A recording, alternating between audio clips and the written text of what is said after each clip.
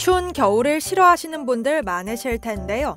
몸이 추위를 잘 견디지 못하거나 몸의 일부에서 평소와 같지 않은 증상이 발생하기 때문입니다. 한편 겨울만 되면 유독 손발이 차가워지는 현상이 나타난다면 이것은 무엇을 의미할까요? 기온이 떨어지는 겨울에 유독 손발이 차갑고 뻣뻣해지는 증상이 반복된다면 레이노 증후군을 의심해 볼 필요가 있습니다. 레이노 증후군은 손발로 가는 말초 혈관이 심하게 수축하면서 손발이 차가워지는 질환인데요. 레이노 증후군은 일종의 혈액순환 장애입니다. 추위나 스트레스 등의 자극으로 말초 혈관이 적당히 수축하는 건 정상적인 현상이지만 레이노 증후군이 있는 환자의 경우 말초 혈관이 과도하게 수축해 손이나 발과 같은 말초 부위에 혈액 공급이 감소하게 됩니다. 한 가지 다행인 건 레이노 증후군 증상이 있다고 해도 반드시 치료해야 할 병인 것은 아니라는 점입니다. 일반적으로 추위나 스트레스로 인해 나타나는 레이노 증후군은 증상이 경미하고 시간이 지나면 저절로 좋아지는 경우도 있어 특별히 치료하지 않아도 됩니다. 자신이 레이노 증후군인지 아닌지 1분 만에 판단하는 방법이 있습니다.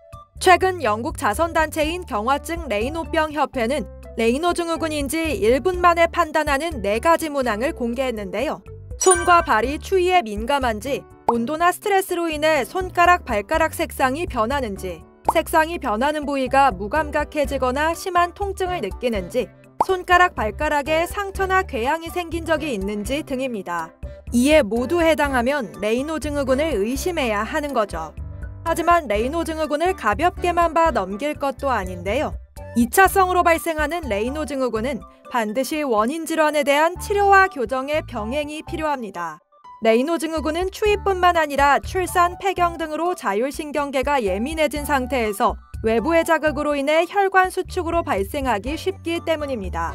따라서 출산을 끝낸 여성이나 호르몬 변화가 큰 40대 이상 중년 여성에게서 주로 나타나며 이 밖에 당뇨병, 류머티스, 고지혈증, 디스크 등 다른 질환에서 동반해 나타날 수도 있습니다.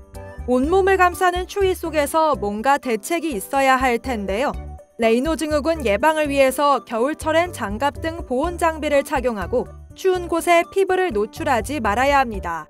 흡연자라면 금연해야 하겠죠. 커피, 녹차, 초콜릿 등 카페인이 들어있는 식품이나 얼음 등 차가운 음식을 먹는 것도 삼가는 것이 좋습니다. 일시적 조치가 아니라 생활 전반에서 몸 관리가 필요한데요. 손이나 발뿐만 아니라 전신을 따뜻하게 해주고 차가운 공기나 물은 피하도록 합니다. 혹시 세수나 설거지할 때 찬물로 하시나요? 가급적 온수를 사용하도록 합니다. 차가운 공기에 노출된 후에는 족욕이나 반신욕으로 몸을 따뜻하게 해주는 것도 생활의 지혜일 듯합니다. 이상 헬스 인사이드였습니다.